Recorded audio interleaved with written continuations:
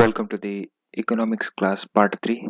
So in this class we shall be covering what is a money, what are the types of money, and also the important topic under economy is the monetary policy of the government. So starting with, we have money. So what is a money? Money is nothing but the medium of exchange. So what do you mean by that? We as a citizen buy, sell goods and service, right? So how do we sell that? Through money. So it is called as the medium of exchange, and also it is a unit of account. Now what do you mean by this unit of account? So if there is a product here, imagine this is a car. And how do we know the amount of car? What is the price of car? Through money. So it is called as the unit of account, where it measures the price of the car, right? And also it store a value, like we through money we settle debts in future, right? So if there is any debt pending, so we how do we settle this? Through money, right? So anything which is chosen by common consent as a medium of exchange or means of transferring purchasing, I told you. So one thing here, so if there is a general increase in price level, the value of money in terms of any commodity decreases. So if there is a general increase in price level, the value of money in terms of commodity decreases. What do you mean by this? For example, so if you go to a shop and you are able to buy 10 kg of rice through rupees 100. So as days pass on, you are able to buy only 8 kg with the same amount, rupees 100. So the value of money dropped, right? So there is a decrease in the commodity. So there is a decrease in value of money, right? So value of money dropped, not in numbers. The amount is same, but the quantity you get is very less. For that we say the value of money in terms of any commodity decreases if there is increase in price level. So simple, right? So we have the types of money. So the first is the fiat money, second commodity money, fiduciary, and commercial bank money. So let us look through this one by one. So now what is a fiat money? So fiat money is nothing but it doesn't have an intrinsic value. So what do you mean by this? So if I have a note of 500 rupees, so if I erase this 500 number on this note, it is just a piece of paper, right? So we call it doesn't have intrinsic value. If I write 2000 here, then this piece of paper got its value.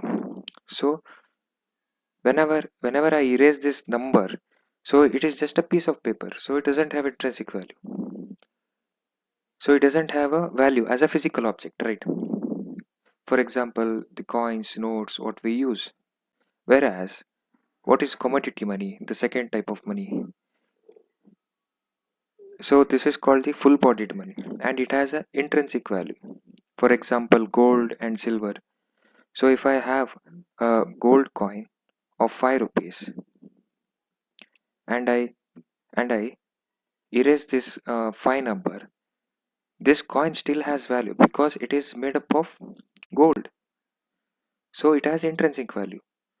So this comes under commodity money. Now what is fiduciary money? So this is a money backed by trust, such as checks, drafts. Imagine if I give you a check of 5,000 rupees, you trust me, so you accepted that check, right? So what if the money is not there? What if the check doesn't contain money? Imagine I gave you a 5,000 check and my bank account doesn't have 5,000. So there is a check bounce, right? So fiduciary money is nothing but it is based on it is completely based on trust. And what is commercial bank money? So this is nothing but the cashless transaction, uh, such as credit loans, UPI, what we use right now, where we scan and pay for the products, right? So this come under commercial bank money. Now, what is money supply? So money supply refers to the total amount of money in an economy at a particular time. So it is nothing but a money the flow of money in the society, in the economy. So money supply is a total stock of money, either through cash or digital, available among the public. We as a citizen, we hold money, right? So that supply of money in the society is called as money supply. So here, another important topic, that is, we measure the money by two types. One is the narrow money and the broad money. So under narrow money, we have M1 and M2. Under broad money, we have M3 and M4. Now what is M1? So this contains currency with public plus demand deposits plus other deposits with RBI. Before that, let us look through what is a demand deposit. So demand deposit is nothing but money kept in a bank used anytime. For example, savings account, current account. So if you go to bank and you deposit rupees, imagine 10k. So we have deposited 10k in the bank, right? So that is called demand deposit. I can and you can withdraw it anytime whenever you need. So that is called demand deposit. So F1 contains currency with public plus demand deposit plus other deposits with RBI. So currency with public in the sense the cash what you hold on the daily basis whenever you go out. So that is called currency with public. And under narrow money, we have another type, that is M2. So this contains M1 plus saving deposits in post office. So that's the difference. So easy, right? Now under broad money, we have M3 and M4. So M3 contains M1, as I told you, plus time deposits with bank. Now what is time deposits? So uh, it is similar as demand deposits, but the plot is you cannot withdraw money instantly. So there is a locking period here. So if you go to bank and withdraw same 10k under time deposit, imagine the bank says you the time deposit is for the locking period is for 2 years. So only after 2 years you can withdraw this 10k. So that is called time deposit. Whereas in demand deposit you can withdraw anytime. So M4 contains, so M3 is done. M1 plus time deposits, as I told you. So under broad money we have another called as M4. So this contains M3 plus total post office deposits, similar as M2. But one thing, under M4, the savings of national income is not included. In the sense, the savings of the government is not included. Only the citizens. Okay, the same thing they have given in the codes. So M1 is equal to the currency among the citizens plus demand deposits. So important point is here, M1 is called as the most liquid money, whereas M3 is the least liquid. Most liquid, as I told you. So in economics, we use liquidity for when the money supply is more among the citizens or in the economy. So liquidity is called as the supply of money in the economy. So what RBI uses now? RBI uses M3 method of money supply, also called as aggregate money resource. Now one more term here. Bank deposits is equal to liability of bank. Now what do you mean by this? So when you deposit money in a bank, either it would be a savings or a current account, the money what you have deposited in the bank, it it is legally belongs to you, right? It legally belongs to you. Whenever you deposit money in a bank doesn't seize it. So you can withdraw it whenever you want. For example, if you deposit 10k, you are lending 10,000 to bank, so that whenever you need that amount you can withdraw it. So that they have given bank deposits is equal to liability of a bank. Now what is a near money? Now what do you mean by near money? So near money which cannot be directly used as a money but can convert it quickly. So what do you mean by this? So imagine you have 10,000 cash. So for example, if you have 60k 60,000 with you, if you have 60,000 amount with you, in that 10k is in a form of cash and 50k is in your bank account through in the form of FD. So whenever you go to the grocery store, which amount will you use? The cash which you are having right now, right? The 10K cash. But you cannot use 50K FD to pay the groceries to the shop, right? What you have purchased. So this 50K in the form of FD is called as near money. So you can convert this into cash. So this process of conversion is called as near money. So this includes savings account, money funds, bonds, foreign currency, time deposits, as I told you. Then what is digital rupee? It is nothing but a form of, it is similar to cash but in the digitization form. What you pay right now using UPI, you scan QR code and pay whatever you want to buy, right? So in the form of digital mode. So that is called digital rupees. What is cryptocurrency? Even this is a form of digital currency, but here they use cryptography. Now what is cryptography? So this is nothing but it converts plain text into cipher text.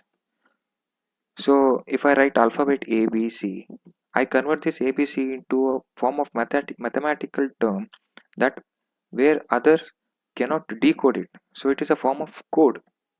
So where others cannot understand what have I written there. So that is done by cryptography. So it converts plain text into cipher text, where it converts into unreadable text code using mathematical technique. So this is not used by central bank and it doesn't have intrinsic value and also it doesn't have a legal tender.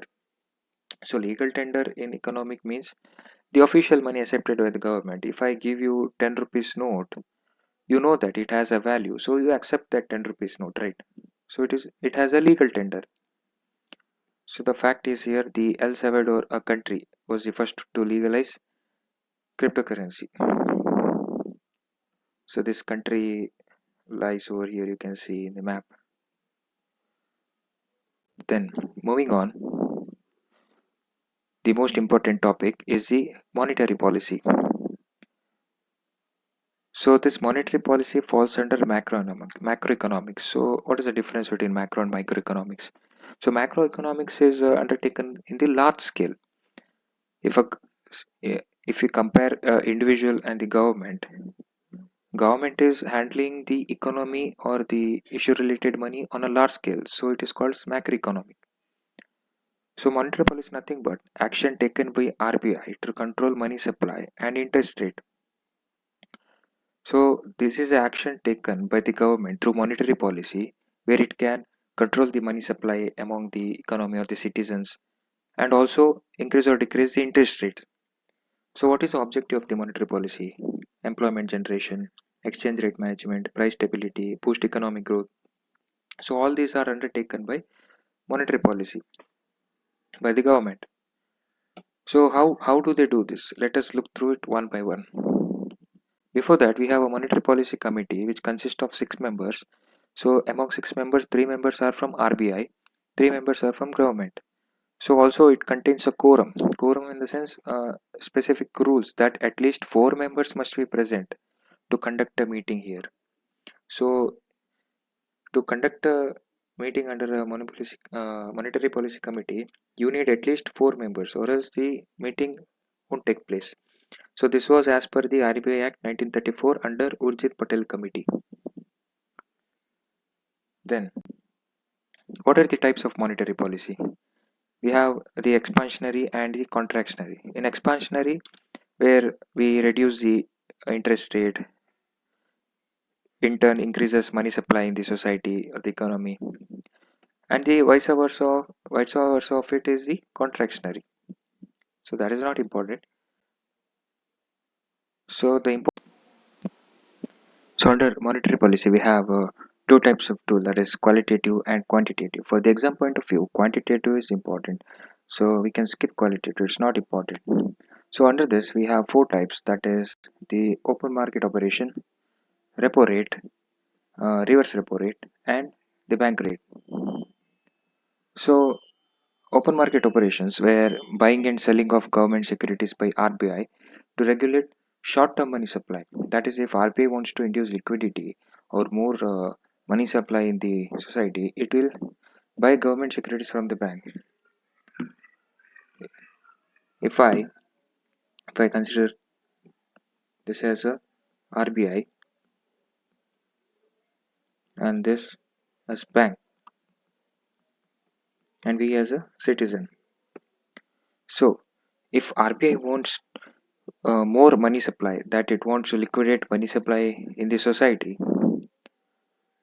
it will buy the government securities from bank. That is, the bank will give securities to RBI. In turn, RBI will pay interest,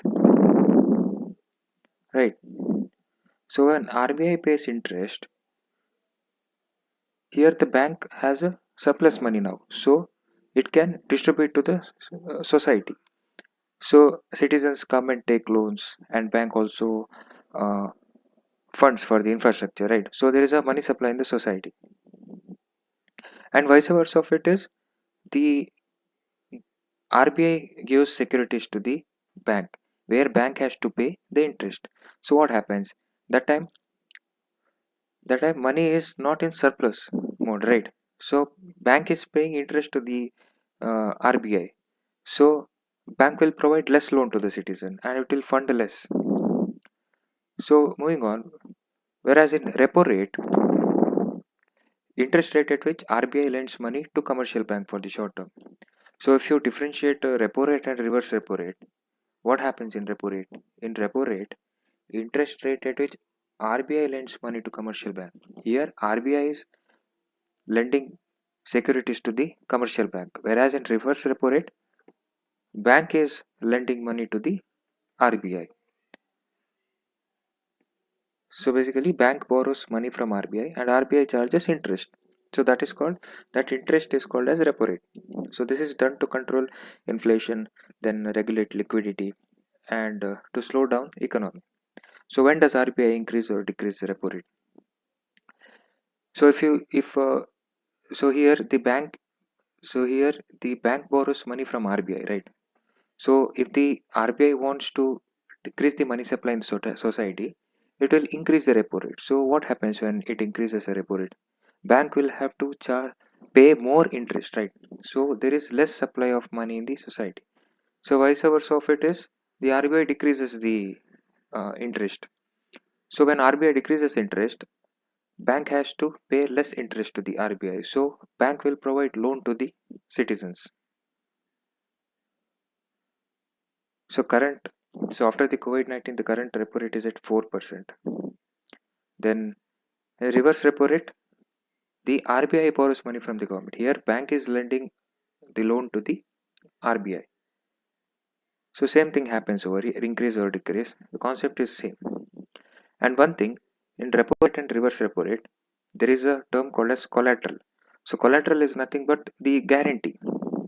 So if a bank fails to uh, repay the interest or repay the loan, then we can seize the property, right? Same as in the citizen's life as well.